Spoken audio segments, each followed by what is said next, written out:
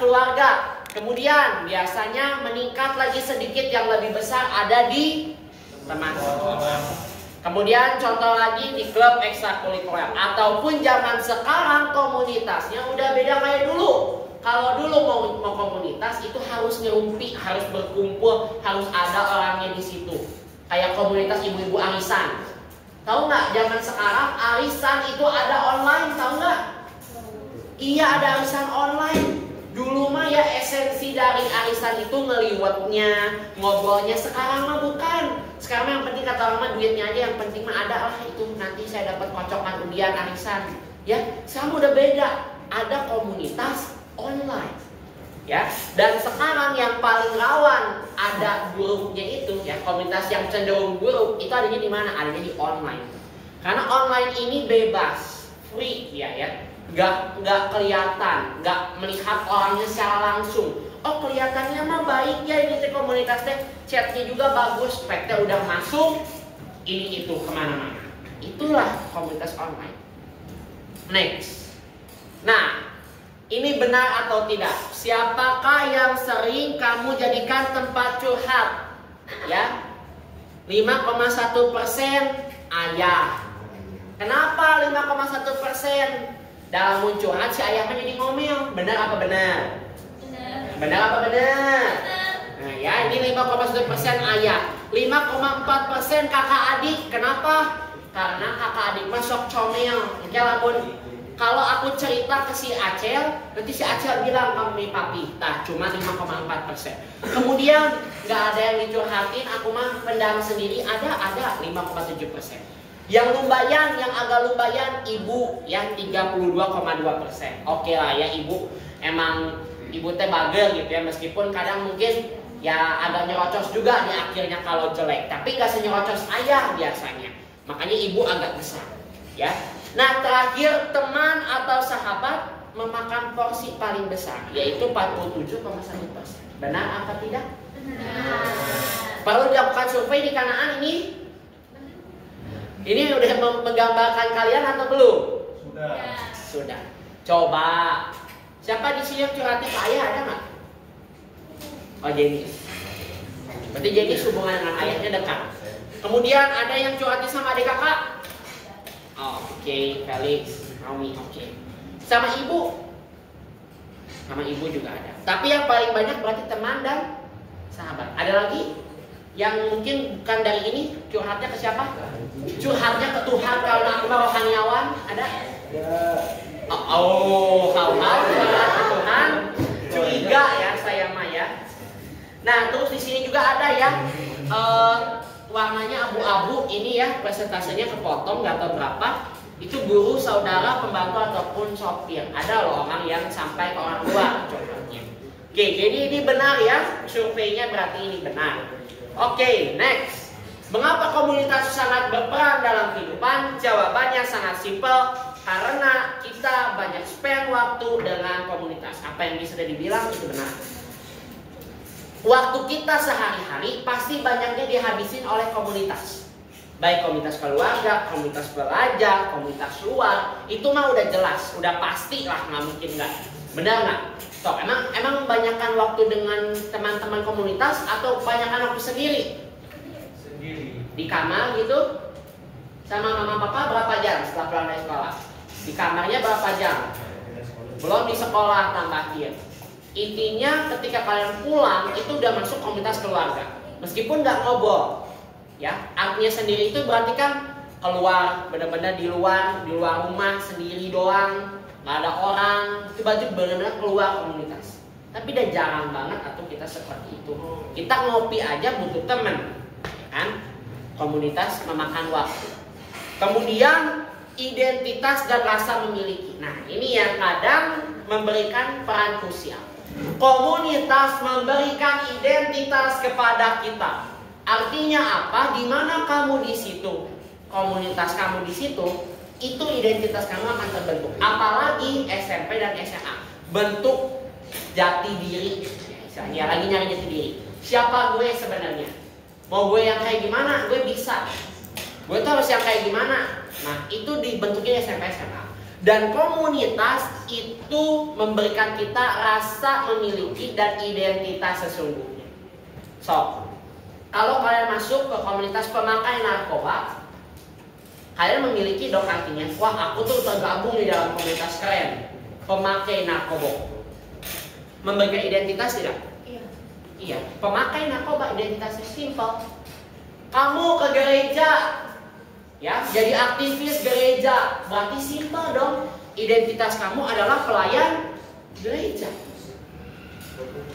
Memiliki rasa gereja, ya pasti memiliki. Mata kamu mau gabung juga karena kamu tertarik dan pengen punya organisasi atau komunitas itu. Apalagi kalau sampai jadi ketuanya. Ya mending kalau ketuanya teh yang bagus-bagus, ketua OSIS, ketua MPK, ketua pramuka. Ini ketuanya ketua apa? Ketua LGBT nasional. Itu nyata. Karena kalian ingin memiliki komunitas itu dan menjadikan identitas kalian. Dan simple, komunitas memecah kalian. So, cek saya lagi. Kalian masuk komunitas narkoba, pasti dicap orang pemakai narkoba dia. Fakta identitas diri berubah. Gitu. Ya, kemudian masih ada lagi. Kenapa masih penting juga? Pertama, ya, dia melakukan pertukaran pengetahuan. Di komunitas kita bisa sharing. Tadi kata Jessie, banyak obrolan. Komunitas mah jarang ada seminar kayak gini, jarang. Komunitas mah banyaknya obrolan free. Ya, jadi obrolan bebas. Nah, bukan yang kayak gininya yang berbahaya mah obrolan bebasnya justru yang bahaya. Karena di obrolan bebas itu kadang ada ya segala lupa lah ya. Kamu tahu gak ini? Itu ada tempat kok di situ itu ajet-ajetnya enak, DJ-nya bagus. Nah, udah nggak mungkin lagi seminar kayak gini. Saya bilang, kalian tahu nggak ada begini-begini? Nggak mungkin. Justru karena kalian tergabung dalam komunitas banyak waktu, justru di situ bahaya. Pertukaran pengetahuan. Kedua, dukungan emosional. Si papi nggak pernah ngedukung aku, si mami juga nggak ngertiin aku. Lari ke komunitas. Mending ke komunitasnya gereja sama pendetanya nanti dibilang, kamu harus menghormati orang tua, gini, cari jalan yang benar. Coba kalau kalian gabungnya ke komunitasnya yang aneh-aneh. Contoh simpel tadi, komunitas pengguna narkoba. Dukungan emosional didukung. Iya, oke, saya tahu banget kamu ngerti. Biasanya kamu stres ya. Suntik aja yuk sekarang, yuk kita pakai bareng-bareng. Itu dukungan emosional, emang benar sama dukungan emosional, tapi dukungan ke arah yang negatif. Gitu. Kemudian jaringan sosial, nah ini juga penting ya. Sosial itu kan kita manusia sosial, pasti membutuhkan orang lain dalam membantu peran kehidupan kita. Iya, kalau yang diminta bantuannya teh baik gak menjerumuskan. Ini yang dimintanya teh menjerumuskan. Ajak gua dong main, gua teh pengen hiburan. Hayu ke Jakarta, hayu ke Jakarta. Ya, di Jakarta teh maksud saya main teh ke Ancol, ke Dufan, ke Atlantis. Efeknya dibawa ke pinggir, masuk HW. Negatif gak jaringan sosialnya? Enggak sih. Negatif apa enggak sih? Negatif. Gitu ya. Oke, tapi sebetulnya kalau kita milih komunitas yang bagus ya, komunitas kita yang mendukung, ada dampak positifnya loh. Apa aja dampak positifnya? Satu, kita memiliki dukungan. Sebagian besar dukungan itu diberikan oleh komunitas. Misal kayak saya bersekolah di komunitas Kanaan, saya lagi di komunitas Kanaan Cianjur, dukungan besar sekali diberikan oleh Kanaan Cianjur buat saya. Kemudian wadah berkembang. Ya jelas lah ya, dengan adanya komunitas kita bisa practice from the little things ya. Misalnya kayak gini lah ya, seminar begini yang nggak langsung semena-mena saya diundang sama Presiden RI kan, di sekolah dulu. Kemudian pengakuan apresiasi. Tadi lomba basket diapresiasi nggak? Apresiasi ya. Kesempatan untuk berbicara. Nah, komunitas itu rata-rata memberikan kesempatan kita untuk bisa berbicara, untuk bisa memberikan pendapat kita. Kemudian mengasah keterampilan ya, contoh di Kanaan kita bisa latih presentasi kita, bawain seminar kita dan lain sebagainya. Kemudian monitoring dan bimbingan. Nah ini ya, ini kunci juga peran komunitas.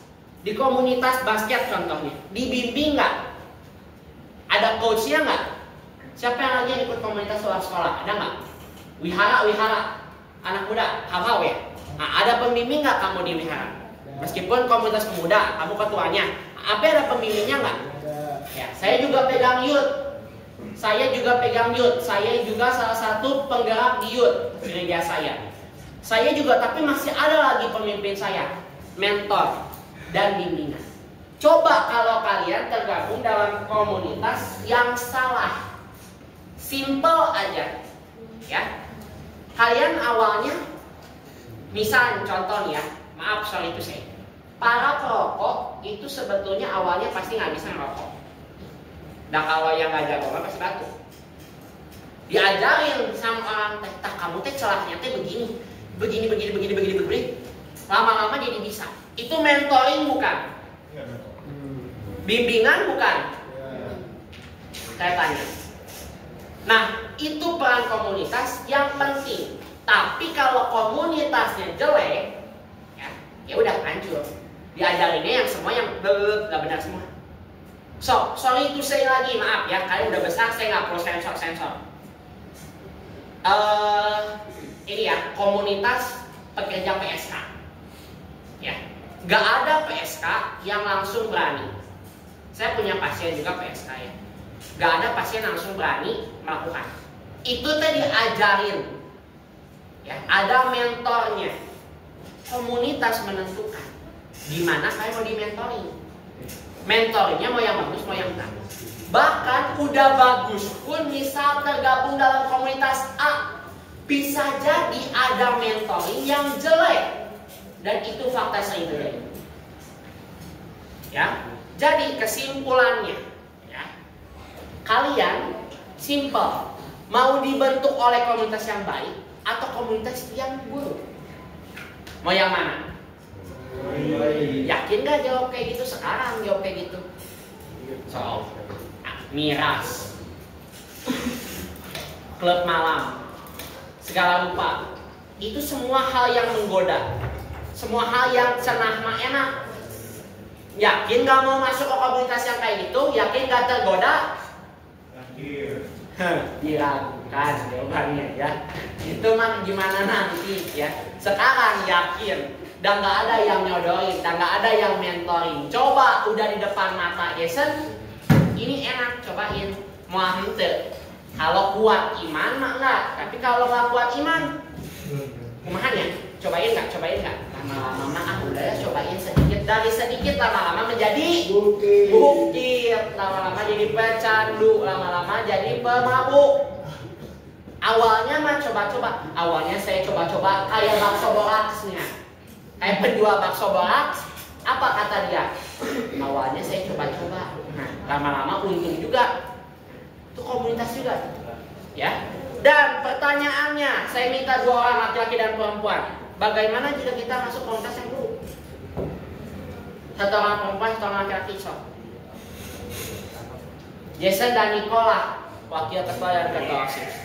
So, Nico, gimana menurut Nico kalau kita masuk komunitas yang buruk? Yang gimana berdampaknya?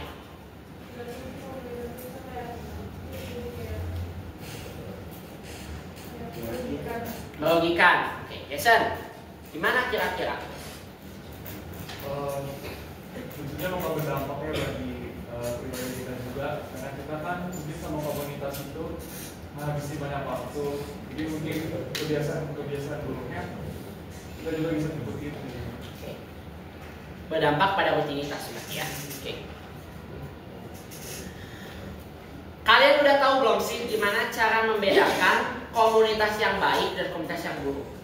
Ada yang mungkin tahu nggak kira-kira simpelnya bedanya gimana? Ini kan agak ribet ya. Nah, ada yang tahu nggak gimana sih simpelnya komunitas yang baik dan simpelnya komunitas yang buruk? Bisa dilihat dari mananya? Dari perilaku ini. Hah? Dari Perilaku apa? Perilaku berbicara. Kurang tepat. Betul sih. Apa? Tampang mukanya. Don't judge the book by its cover kamu. Sekarang banyak pendeta bertato kamu. Apalagi coba? Paling simpel. Dilihat dari dampak komunitas tersebut. Kalau komunitasnya baik, dampaknya pasti baik. Emang ada komunitas buruk yang memberikan dampak baik? Emang ada pecandu narkoba memberikan dampak baik kepada masyarakat?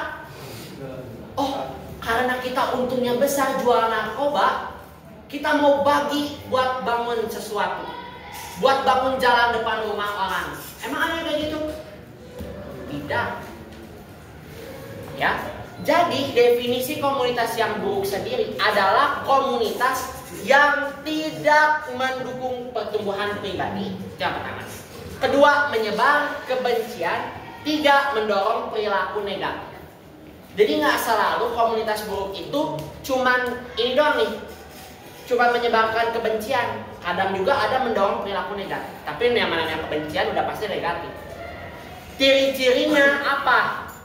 Pertama, didominasi oleh satu orang atau kelompok kecil. Jadi kalau di organisasi nih ya, oh yang dipakainya itu lagi, itu dia lagi yang muncul, dia lagi, itu berarti komunitas buruk.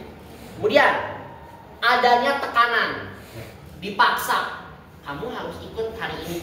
Kalau nggak ikut hari ini, kamu dikeluarin. Buruk. Tiga, penyebaran informasi yang tidak akurat. Example, ya. Kamu tahu nggak, si itu tuh begini. Kamu harus jauhin dia, karena dia itu gini. Padahal yang itu sendiri tadi dia. Sorry ya, misalnya kasih contoh. Kamu tahu nggak, si JC itu pemakai alkohol. Oh, kamu jauhin si JC. Ngapain kamu berteman sama si JC? Nanti kamu diajak mabok, minum, sampai akhirnya kamu nanti di gimana-gimananya. Padahal dia sendiri mau ngajak pakai narkoba. Nah, itu ya. Informasi yang tidak akurat dan cenderung biasanya menjelekkan orang lain. Kemudian adanya diskriminasi atau bullying. Awalnya manis, janjinya manis, begitu udah masuk dibully. Kemudian kurangnya rasa hormat terhadap perbedaan pendapat.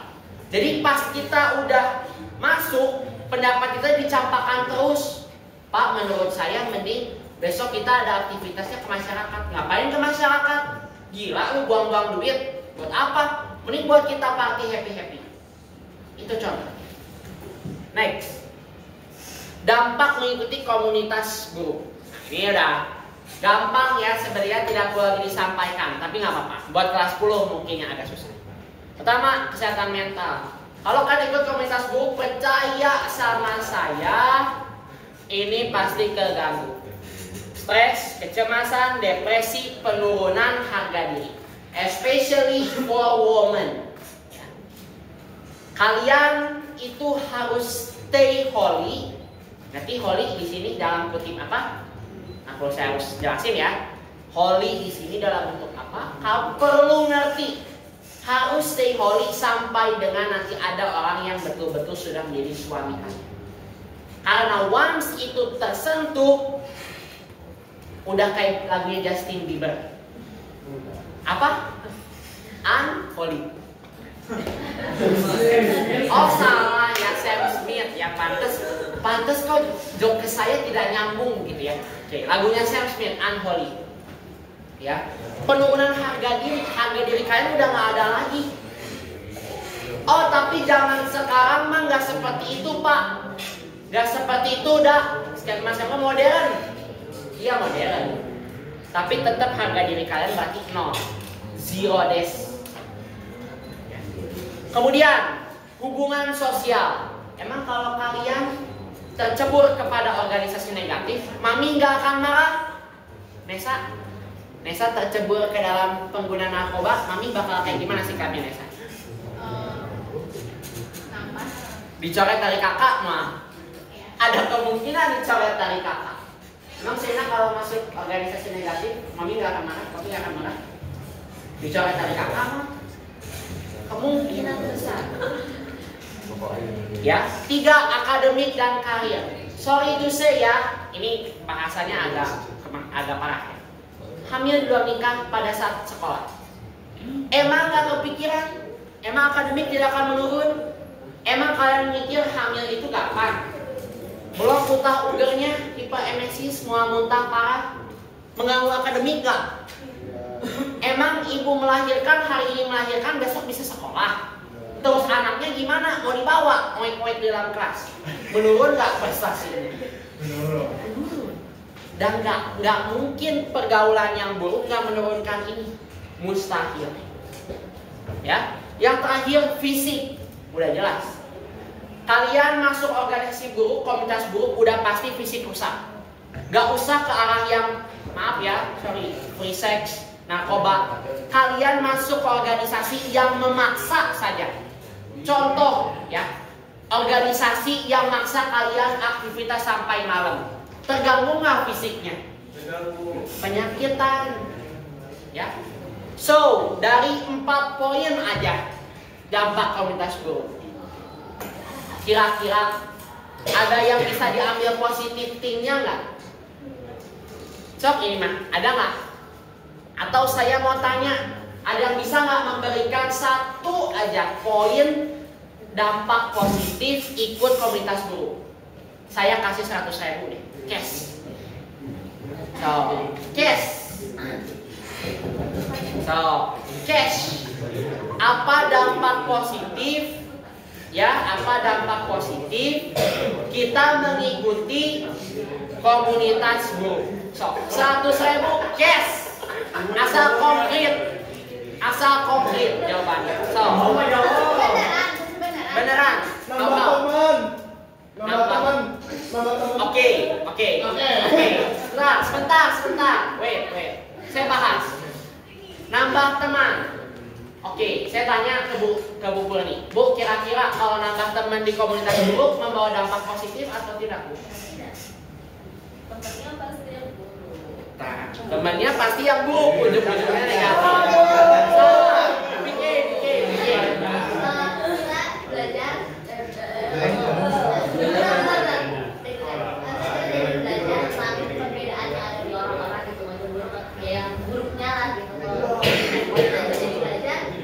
Orang tuh beda-beda gitu, itu tergantung pribadi juga gimana kita nanggepin komunitas itu.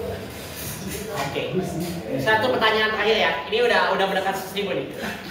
Menurut kamu gimana cara kita bisa memaintaininya? Karena memang lihat perbedaan orang itu penting ya. Ini bagus saya jawabannya. Kita hidup anak muda pasti pengen tahu, benar nggak? Iya. Belum coba rokok pengen nyobain rokok, udah penasaran. Tapi gimana caranya supaya kita tidak tercebur lebih dalam? Lihat perbedaan nggak ada salahnya. Lihat air asin dan air manis, merasakan tidak apa-apa. Tapi gimana caranya supaya kita tidak tercandu atau tercebur lebih dalam? So, kalau bisa jawab itu 100.000. Bikin. Oke. Jadi pertama mendekatkan diri dengan Tuhan itu udah pasti. Kedua itu kita juga bergabung ke komunitas yang nggak buruk gitu. Jadi kita punya perbandingan yang buruk dan yang nggak buruk. Terus kita cari gitu. Apa sih yang harus kita ambil dari si komunitas itu gitu. Oke, jadi solusinya berarti harus mengikuti imbang ya, komunitas buruk dan komunitas baik. Ya, terus kita juga melihat Oke, kita perhatikan dulu ya. Kita juga harus sadar gitu dampak-dampak dari si komunitas buruk ini yang mana bisa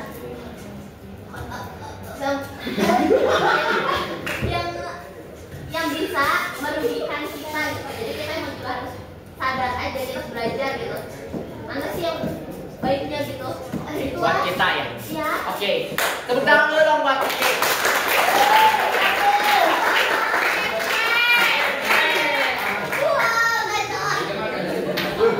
Ini membuktikan pria yang dipegang apanya?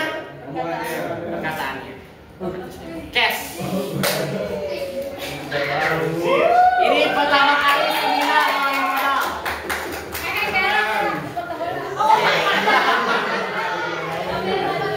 Oke, ini bukan judi ya, bukan gambling. Oke, udah, thank you. Oke, sebetulnya jawabannya tuh simple. Ya, ingat gak dalam firman Tuhan peran anak muda itu menjadi apa? Jadi garam dan terang dunia. Jadi garam dan terang dunia. Aduh, udah sudah habis.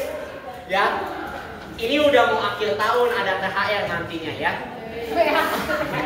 Banyak nanti THR-nya. Oke, jadi ada nggak dampak positif kita mengikuti komunitas buruk? Sebetulnya kalau yang PK bilang kita bisa membentengi diri, ada.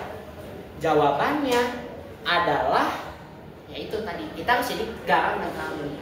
Harapan kita masuk umat Kristiani, jemaat Kristiani, pemuda Kristiani bukan ikut-ikutan, tapi jadi terang. Bisa merubah anak-anak, bisa merubah komunitas tersebut, menyelamatkan yang belum diselamatkan. Tapi jawaban PK juga bagus. Oke. Boleh Bu. Boleh. Tapi di Alkitab ada ayat pergaulan yang buruk merusak kebiasaan yang baik. Betul. Jadi lebih baik. Kalau tidak sama sekali. Betul. Ini juga betul ya. Ayo, aku juga lupa ingetin.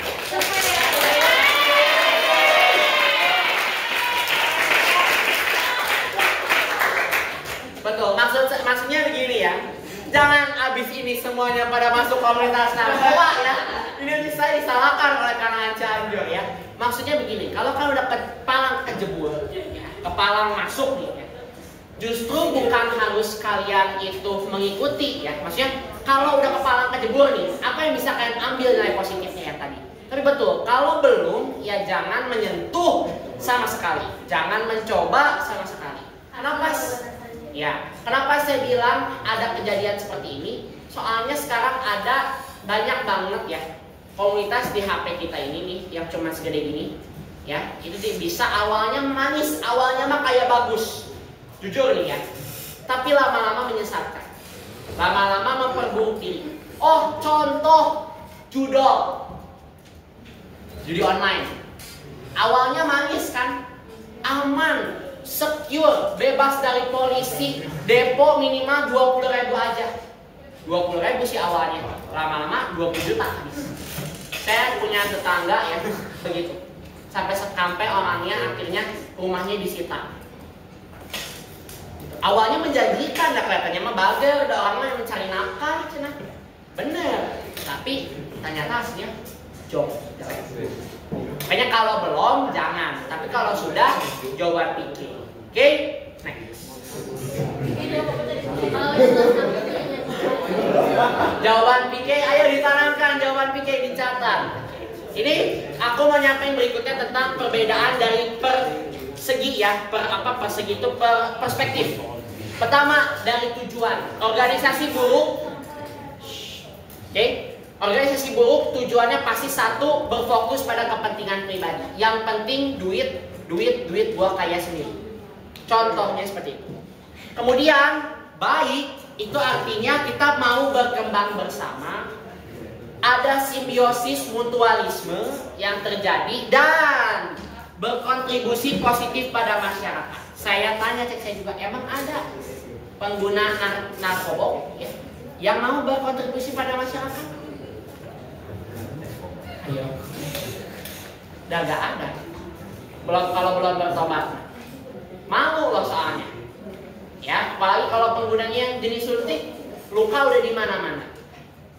Jarang sekali. Ada mungkin beberapa lah ya, tapi jarang sekali. Kemudian dari segi nilai, pertama kalau di organisasi buruk ya, pasti diskriminasi. Terus dia sifatnya eksklusif. Terus ketidakpercayaan. Misal ya, Nesa diangkat jadi bendahara organisasi di titik buruk. Jadi bendahara, pasti tanya gini, benar nggak itu segitu? Yakin kamu keluarin segitu? Kamu kemana aja, mana buktinya gini? Kenapa belinya yang mahal? Ketidakpercayaan. Dan biasanya manipulating, jadi dia otak, di brainwash, ya supaya orang itu mau tetap di organisasi. Kemudian kalau baik mah ya udah jelas, saya ada toleransi, saling menghormati, kejujuran dan memiliki integritas. Kita cepet aja ya, ini sering komunikasi ya. Penuh tuduhan, nah ya, penuh tuduhan, ya, terus sering mengarah pada konflik. Kalau baik itu biasanya terbuka, jujur dan saling menghargai. Dari suasananya dalam organisasi ya biasanya negatif, terus biasanya penuh tekanan dan tidak aman. Emang orang yang menggunakan narkoba tadi tidak merasa takut gitu ketika pakai? Hah? Kira-kira gimana pemikiran kalian? Awalnya takut, udah biasa. Yakin nggak jawaban Jesse? Meskipun sudah terbiasa setiap hari pakai, emang mereka nggak deg-degan? Mereka nggak takut keciduk polisi? Takut sih. Takut. Tidak ada pengguna narkoba yang tidak takut. Tidak aman. Nah kalau ini mah berarti positif, inklusif, dan aman. Ya. Oke, next. Dari segi dampak, ya udah jelas dampaknya negatif, dampaknya positif, baik masyarakat maupun individu. Nah, sebelum ke sini, abaikan. Ya. Gimana menurut kalian selain di sini keluar dari komunitas yang buruk? Nah, karena kalau sebenarnya di SMA ya nggak bisa cuman aku yang ngomong, kalau aku yang ngomong tunduk. Ya, jadi harus bekerja sama. So, ada yang punya cara tips and trick mungkin ke pengalaman pribadi gimana sih caranya keluar dari komunitas yang buruk? Mendekatkan pada Tuhan. Ya, oke lah ya. Meskipun itu basic banget. Basic banget. Basic. Oke, jadi Mencari komunitas yang baru yang lebih baik. oke, bisa komunitas baru yang lebih baik, oke. Tapi gimana cara transisinya, betul? Berpindahnya gimana? Harus tahu batasan dari diri kita dulu sendiri. Oke, kesadaran diri kita sendiri, bagus. Oke, betul. Batasannya apa? Hah? Kan kalau kita kan mungkin masih agak bimbang, harus cari mentor atau bimbingan sih. Oke. Dari guru agama ataupun orang gereja yang kiranya bisa membantu kita gitu. Soalnya anak muda sekarang tuh bisa dibilang punya diri yang pelin-pelan. Jadi kayak Betul. bisa sekarang mau keluar cuma lama, tapi besok-besok kok Masuk lagi. ini lama banget sih. Kan aku Hmm. mau baik, cuman lama-lama dia udah terlanjur nyaman dia juga jadi keluar. Oke. Good, very good. Ada lagi? Kalau sih perlahan-lahan keluar sendiri. Perlahan, keluar sendiri. Oke. Ada lagi anyone? Oke, saya ya sekarang. Kalian sadar nggak, namanya komunitas buruk keluar itu pasti sangat sulit. Kenapa sangat sulit? Karena biasanya penuh dengan ancaman. Yep. Ya, very simple. Contoh lagi, ini dulu jadi contohnya semuanya pengguna narkoba ya, sorry. Contoh pengguna narkoba. Ketika kamu mau keluar dia akan bilang, tapi kamu nanti saya laporin lo ke polisi bahwa kamu pakai. Saya bisa posisikan kamu sebagai bandar. Sehingga kamu dihukum berat. Kalau kamu keluar dari posisi kamu saat ini. That's fact. Kemudian contoh lagi komunitas LGBT. Rekam video. Kamu keluar saya post video. Video ya yang harus jelasin dong BK. Ini kan udah 18 plus semuanya udah ya. Itu fakta seperti itu. Tidak mungkin keluar dari komunitas buruk itu gampang. No. Sorry lagi, kita ke arah yang agak sedikit rohani. Gereja titik. Gereja S lah ya. STR. Emang gampang keluar dari gereja itu kalau misalnya mau keluar walaupun sudah sadar, sudah terpanggil oleh Tuhan? Iya. No. Keluarga kamu akan saya buat begini, akan ada korban begini, sudah pasti. Karena itulah komunitas buruk. Penuh sehingga keluarnya sebetulnya pertama ya harus dari diri sendiri. Betul kata Jesse. Kalau aku yang nyuruh, Bulina yang nyuruh, orang lagi di komunitas negatif yang ada dianggap BCT. Apa BCT teh? Nah itulah ya BCT. BCT lu, diem lu. Tapi kalau muncul dari diri kita sendiri gampang. Kedua, membangun dukungan sosial. Sebelum kalian keluar, bikin dulu benteng sosial yang siap menangkap ketika kalian ngebubrak jatuh. Udah pasti. Istilahnya mah ya, kalau kita abaratkan seperti Pertamina, ketika masuk keluar dari komunitas guru, kayak teteh-teteh Pertamina bilang, dimulai dari dan pasti jatuh dulu, rata dulu dengan tanah. Itu mau udah yakin 120%. Kemudian mencari bantuan profesional, betul ya. Dengan pendeta mungkin, dengan psikolog mungkin, mereka akan memberikan step by step yang lebih aman dibandingkan cara kita sendiri. Kemudian fokus pada pengembangan diri dan juga mengembangkan minat dan hobi baru. Jadi kita alihkan fokus kita. Misal yang harusnya kumpulan organisasinya 3 hari sekali, kita alihkan jadi cuma 3 hari sekali. Seminggu 3 kali, jadi cuma seminggu sekali. Tapering off judulnya. Jadi perlahan-lahan tapi pasti. Mungkin dari seminggu sekali nanti jadi 2 minggu sekali, 2 minggu sekali, mungkin jadi 3 minggu sekali, 4 bulan sekali, 1 bulan sekali, lama-lama berhenti. Paham? Ada yang mau sharing lagi mungkin tentang komunitas buruh? Ada nggak kira-kira? Oke, waktu saya tinggal 15 menit lagi. Nah, kemudian ya, kita mau bahas tentang comfort zone. Apa comfort zone? Jujur, siapa di sini yang masih terjebak pada zona nyaman? Saya banyak ya, termasuk saya. Saya adalah orang yang sangat nyaman di zona nyaman saya. Saya sudah punya posisi, saya sudah punya salary yang cukup, very comfortable. Sebetulnya itu zona nyaman nggak sih? Zona nyaman. Kalau saya nyaman kok. Dan saya nggak mau mencoba hal baru. Contoh hal baru apa? Misalnya bangun bisnis sendiri, nggak usah kerja di si papi, bisa nggak? Bisa sebenarnya. Tapi sudah comfort zone, sudah nyaman. Buat apa? Pasti orang mikirnya seperti itu. Nah, tapi gimana sih? Zona nyaman akan mempengaruhi kita dalam partisipasi komunitas. Yang pertama ya, orang yang terlalu nyaman dengan rutinitas itu mungkin enggan bergabung dengan lingkungan yang baru. Benar atau benar? Ya, kamu udah nyaman nih sama si A, B, C, D, E, F, G, udah bikin komunitas. Sulit untuk bergabung ke komunitas yang baru. Ya. Kemudian perilaku yang pasif. Kalaupun kamu masuk ke organisasi yang baru, apa yang dikerjakan? Ngahuleng. Tahu ngahuleng? Ngahuleng tarik. Nah. Orang lagi ngomong, coba menurut kamu gimana? Gak apa-apa. Gak apa-apa apa ini? Maksudnya gak ada masukan. Disuruh meeting sare, moyoy, take a nap, bahasa Inggrisnya matulah, Inggris kan.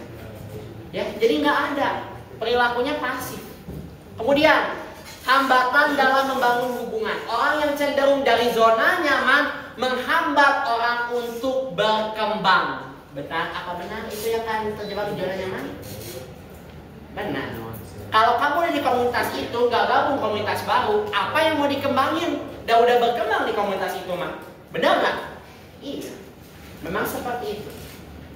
Nah, kenapa aku bahas ini? Karena ada yang udah tahu belum ini? Komunitas itu bisa membantu kita keluar dari zona nyaman. Zona nyaman itu membuat kita jadi malas, membuat kita jadi nggak mau berkembang, bakat kita itu aja, kemampuan kita itu aja, nggak ada lagi. Makanya kenapa nanti aku PKL-nya mau di Harapan Kasih Bangsa? Kenapa nggak di Klinik Simpang Jogo yang udah jelas aku lakukan setiap hari? Kenapa? Karena aku ingin memiliki talenta yang baru, pengen punya kemampuan yang baru. Itu salah satu langkah keluar dari zona nyaman. Dan itu dukungan dari mana? Komunitas, dukungan dari Bu Lina, dukungan dari komunitas gereja saya yang punya HKB. Oh, kamu PKL di sini aja, bantu kita, ada dukungan dari komunitas. Nah, komunitas membantu kita keluar dari zona nyaman itu dari beberapa aspek. Pertama, paparan pada perspektif baru. Jadi intinya, kuncinya, langkah awal kita mau menapaki komunitas baru itu apa? Langkah awalnya. Ya udah, langkahi dulu. Istilahnya mah lamun kolam renang, jeburin diri dulu. Ketika kamu sudah tercebur, ya, biarin kamu kekalabekan dulu. Masih kekalabekan tuh ya. Itulah ya, minta tolong. Ya. Bahasa Sunda misalnya, kekalabekan. Minta tolong dulu pasti. Setelah kamu minta tolong, apa yang akan terjadi? Orang akan ada yang nolongin dari komunitas tadi. Disebut dengan paparan perspektif yang baru. Ya, diberikan kesempatan untuk berinteraksi, ya, latar belakang yang beda dan pengalaman yang berbeda. Kemudian dorongan untuk mencoba hal baru.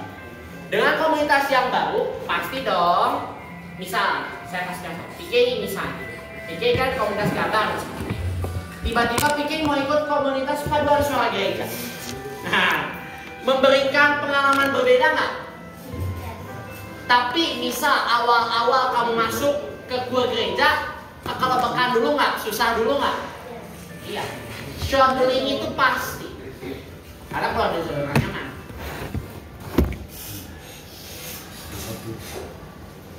Kemudian, ya, dorongan untuk mencoba hal baru. Jadi yang tadi ya didorong untuk selalu exploring. Dan yang terakhir, pengembangan keterampilan sosial. Ya, jadi kalau kita masuk ke yang baru, itu kita pasti dipaksa untuk bersosialisasi. Ya Mas Awe, atau kita udah disapa, Rahel, apa kabar? Rahel, jajan yuk. Enggak, makasih. Nggak mungkin. Dan pasti didorong untuk bersosialisasi dan akhirnya bisa keluar atau berpindah dari itu. Oke, ya. Komunitas bisa membantu kita mengembangkan potensi secara singkat. Kenapa sih bisa dibilang seperti ini? Komunitas itu tempat yang ideal untuk belajar. Oke. Dan komunitas itu ada dari yang paling kecil sampai komunitas besar. Komunitas kecil, paling kecil contohnya keluarga. Tuh. Berarti memperhatikan. Komunitas yang besar, ada yang bisa kasih contoh? Sekolah. Sekolah itu sebenarnya masih middle ya. Masyarakat. Gereja. Apa? Partai. Betul. Apalagi? Gereja bisa jadi. Apalagi?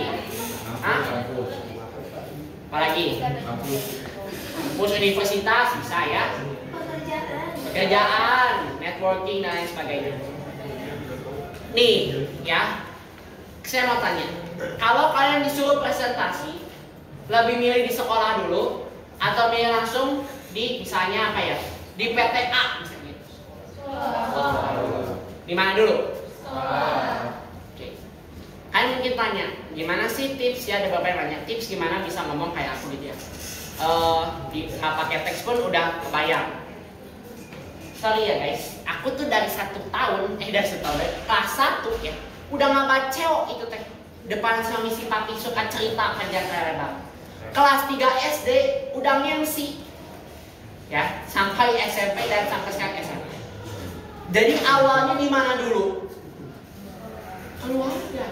Komunitas itu bisa sebagai tempat kita belajar, tumbuh dan mengembangkan. Makanya tadi aku bilang bahwa kalau kalian tidak ada komunitas yang baik, gimana caranya kalian mau belajar, mau tumbuh dan mengembangkan diri? Bisa nggak kira-kira? Ciri-ciri komunitas yang buruk kan tadi dia sifatnya mengembangkan satu orang. Jadi bisa bertumbuh kan? Nah, apa yang mau ditumbuhin dari komunitas buruk? Dan ada. Kemudian, dengan bergabung ke dalam komunitas, menemukan dukungan, inspirasi, dan peluang mencapai potensi yang maksimal. Ya, jadi potensi kita itu harus maksimal di situ, di si komunitas itu. Jadi jangan mencari komunitas yang nggak bisa mengembangkan potensi. Makanya aku ingetin ke kalian, kalau Bu Lina bawel, ya, ayo ikut lomba cari sertifikat.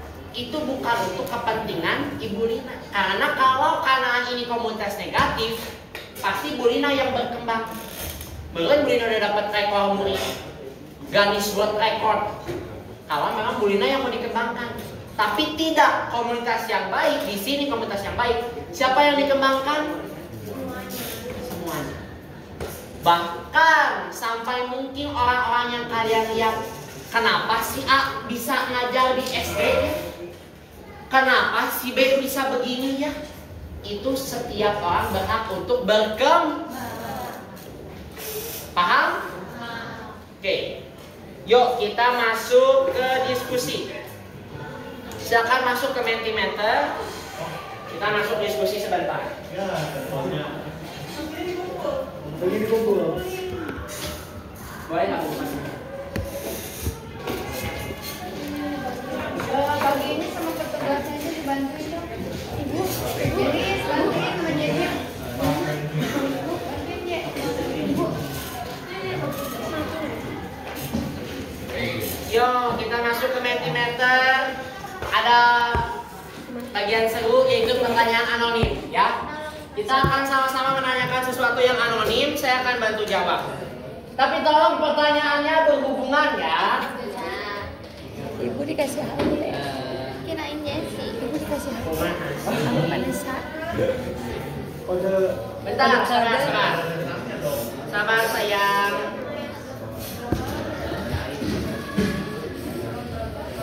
Oke, ada 2 pertanyaan ya. Sutina nggak masuk ya? Enggak. Titip lagi ya, Vanessa. Oh, ini kodenya 89606011. Silakan dijawab dulu yang pertama ya. 5 menit. 89606011.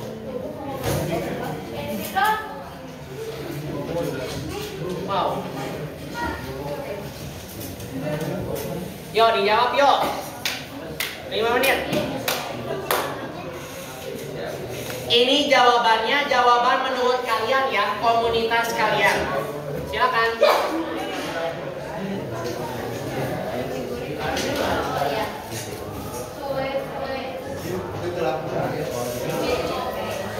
Jadi door prize-nya hari ini dimenangkan oleh Patricia Kyle ya.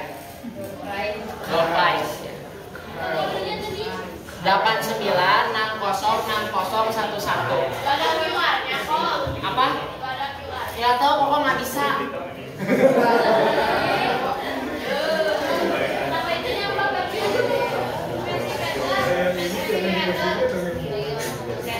Wow, ini jawabannya ini. Ini jawabannya.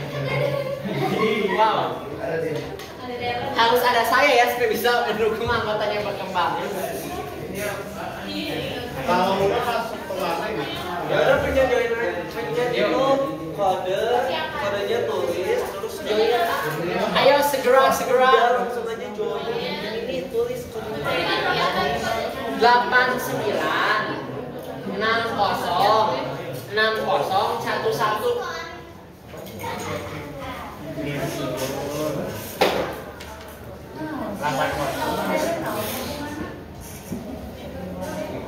Lebih jauh.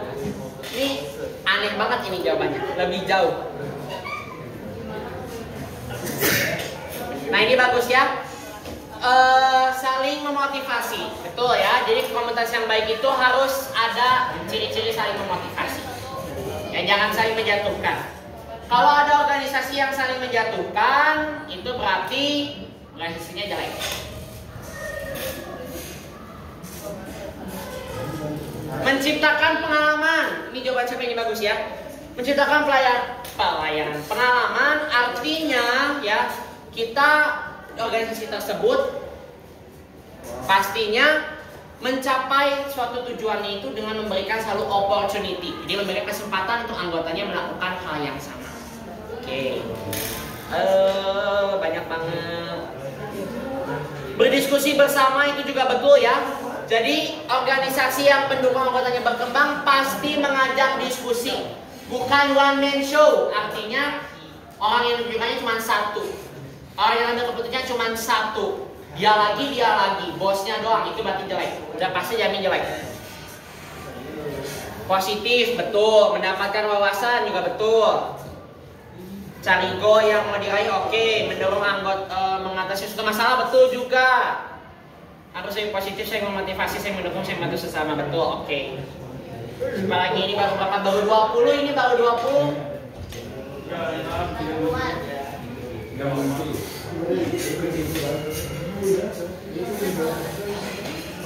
Ada mentoring. Ini siapa ya jawaban mentoringnya? Very good, ya. Organisasi yang bagus itu biasanya ada coaching and mentoring. Termasuk di Kanaan ya, Bapak Ibu gurunya ada coaching and mentoring. Itu bagus banget. Saling sharing betul.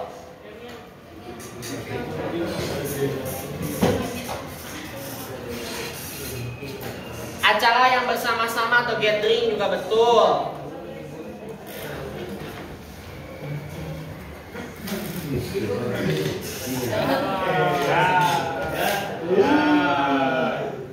Oke, sudah 46 respon ya. Oke, kita next ke berikutnya. Oke. Anonym question. Silakan ditulis anonym question. Saya akan pilih ya berapa aja. Gimana cara mainnya?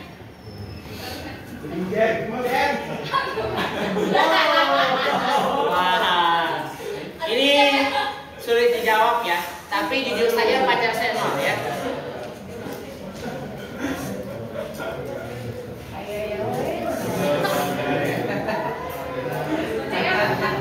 Ayo.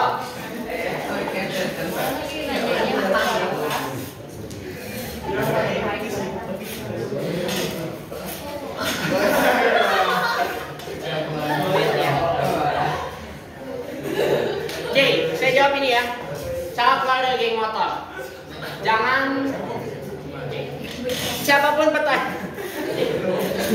Jawaban dari Bu Lina dan jawaban Pamungkas. Apa Bu jawabannya Bu? Jangan punya motor. Oke, saya jawab ya.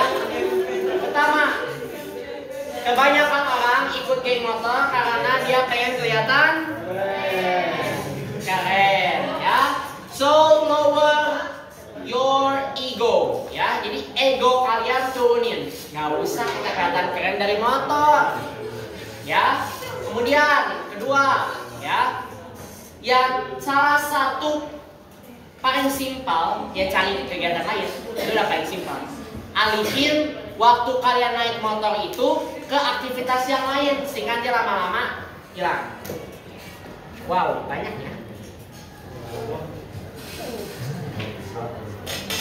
Simpel jawabannya. Apa jawabannya? Keluar. Ya.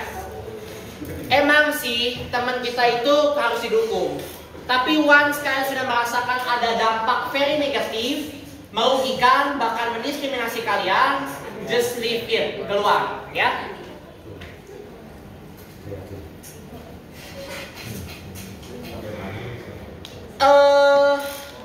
Ini dengan mendampingi ya jawabannya ya. Coaching and mentoring.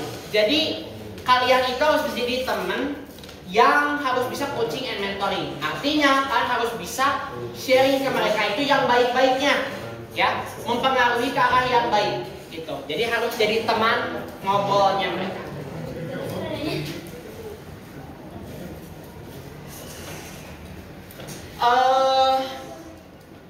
Ini sebetulnya agak sulit, gak ada sih sebenarnya, karena namanya komunitas yang kurang bisa diajak kerjasama. Kalaupun kita mau sifatnya proaktif, artinya proaktif ngerti proaktif nggak?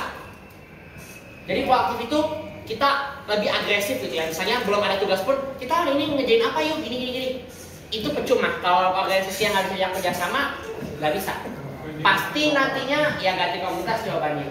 Gitu. Jelek sistemnya kayak gini nggak bisa.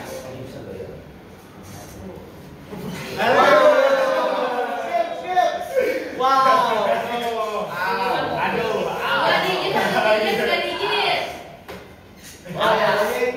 Tugas pajak kayaknya ya. Alhamdulillah ya, sampai saat ini ya 1 tahun kerja kebayang motor kebayang ini lah apa BMW ya.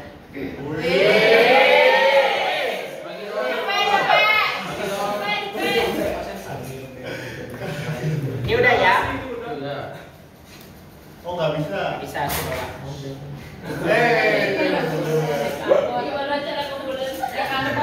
Oke, ini very good juga ya. Sebenarnya sungkan di komunitas itu karena kitanya nggak dekat. Jadi kalau kitanya mau masuk komunitas itu lebih dalam dan udah menjadi seperti bestie di komunitas tersebut, pasti nggak kayak gini, ya. Tapi kalau masih kayak gini, caranya gimana? Approach. Kalian yang harus lebih mendekatkan diri. Caranya biasanya ikut berbagai macam kumpulan yang mereka adakan sih, jadi harus lebih sering spend waktu sama mereka. Sehingga kalian akan ada hubungan batin ya, hubungan yang baik kepada sama mereka, akhirnya ya bisa lebih dekat.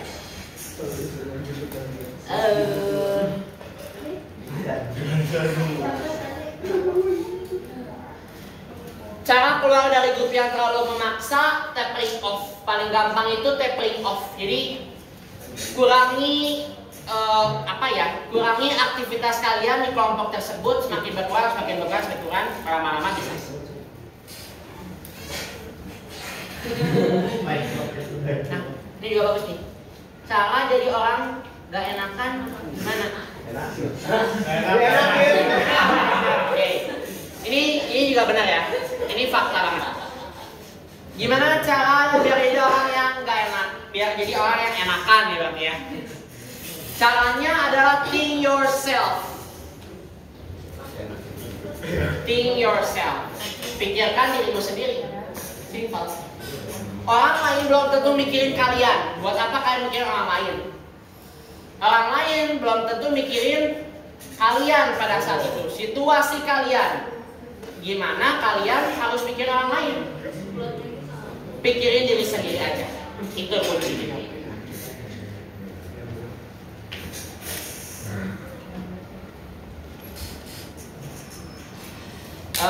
Satu, kalau ini nanya ke aku kali ya, dipaksa oleh ortu enggak sih ya, sebenarnya dipaksa oleh keadaan. Karena di klinik aku sendiri, direktur itu jadi komite HR juga, jadi masuk dalam tim HR. Terus gimana harus mengikuti berbagai pengalaman? Ya, HR itu lama-lama juga pengalaman. Semakin tahu sih gimana celah merekrut orang. Tapi bagusnya ikut sertifikasi atau sering ikut webinar tentang human resource. Jadi aku juga sering banget ya dapat beberapa sertifikat tentang human resource. Jomblo ya, jawabannya jomblo. Ini jawabannya jadilah terang.